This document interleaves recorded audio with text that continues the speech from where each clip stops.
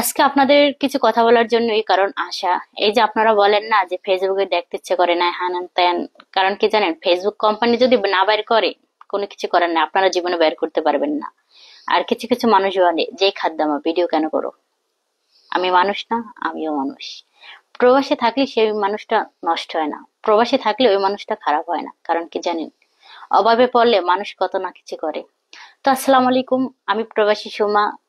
তো আবার একটা নতুন ভিডিও নিয়ে আপনাদের কাছে আসলাম শেয়ার করার জন্য। কারণ মানুষের অনেক কথা দেখতে আছে, অনেক কথা বলতে আছে, এইসব বলা উচিত না। কারণ কখনো আপনিও অভাবে থাকবেন, তখন আপনার অভাবের সংসারটা আপনি বুঝবেন যে অভাবের সংসারটা টানতে কতটা কষ্ট হয়। ওইরকম সেম আমি প্রবাসী সুমা, আমারও ওই অভাবের সংসারটা টানতে অনেক কষ্ট হয়েছে। তো এখনো অভাবের সংসারটা টানতে আছি, জানি না আল্লাহ কতদূর নিয়ে পৌঁছায় এই অভাবের সংসারটা টানতে টানতে। কিছু কিছু মানুষ বলেন যে দুই স্বামী স্ত্রীর প্রবাসী, তাহলে আপনি কেন অনলাইন জগতে আসেন? কারণ অনলাইন জগতে আর সেটা ঠিক, কারণ প্রবাসী থেকে মানুষের ঋণ মুক্ত করা যাবে না। আর আল্লাহ যদি চায়, তাহলে দেখা যায় আমি অনলাইন থেকে ঋণটা মুক্ত করতে পারি। কারণ আমরা দুই স্বামী স্ত্রী প্রবাসী থাকি, এটা বাস্তব কথা। অনেক ঋণী, দুই স্বামী স্ত্রী প্রবাসে থাকে, এটা বাস্তব কথা, এটা আমি মানি, কিন্তু অনেকটা ঋণী।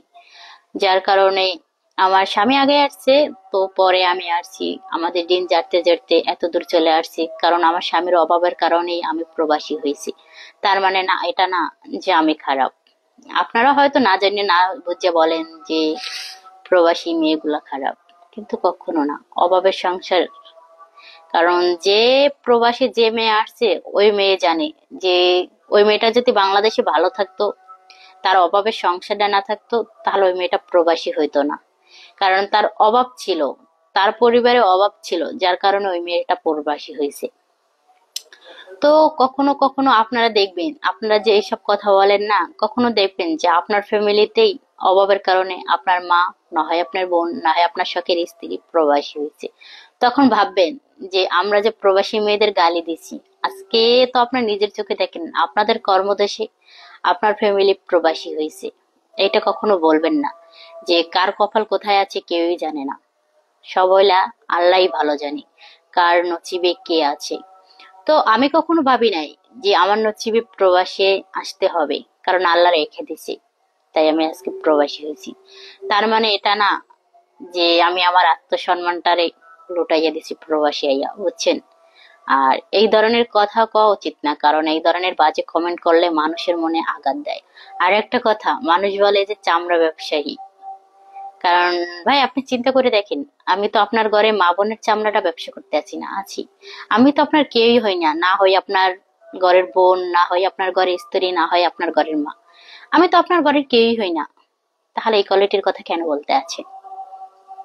এটা কখনো বলবেন না, কারণ আপনাদের এই সব কথার কারণে কিছু কিছু মানুষের মনে আঘাত লাগে। সেটা হয়তো আপনারা বোঝেন না, আপনারা বোঝেন যে আমি বললে জিততে যেতে পারি, কখনো না। আপনাকে আরো মানুষ খারাপ বলে, আমার ভিডিওটা হয়তো আপনার ফ্যামিলির কাছে পৌঁছায়, আপনি তো দেখে একটা বাজে কমেন্ট করে গেলেন, কিন্তু আমার ফ্যামিলি, আমার ভিডিওটা দেখা যায় আপনার ঘরের স্ত্রী, আপনার ঘরের বোন, আপনার ঘরের মা, আপনার ঘরের বাপ, আপনার ঘরের ভাই, সবার কাছে পৌঁছাইলো। তারা হয়তো কমেন্ট করতে গেল, হয়তো আপনার আর আইডিয়া সামনে বাইশে উঠলো, তখন আপনার কমেন্টটা দেখলো, তখন হয়তো তারা কি ভাববে যে আমি কারে পৃথিবীতে আনছি, কারে মানুষ করছি। এই কোয়ালিটির কমেন্ট কখনো করবেন না। সবাইকে অসংখ্য ধন্যবাদ। আল্লাহ হাফেজ।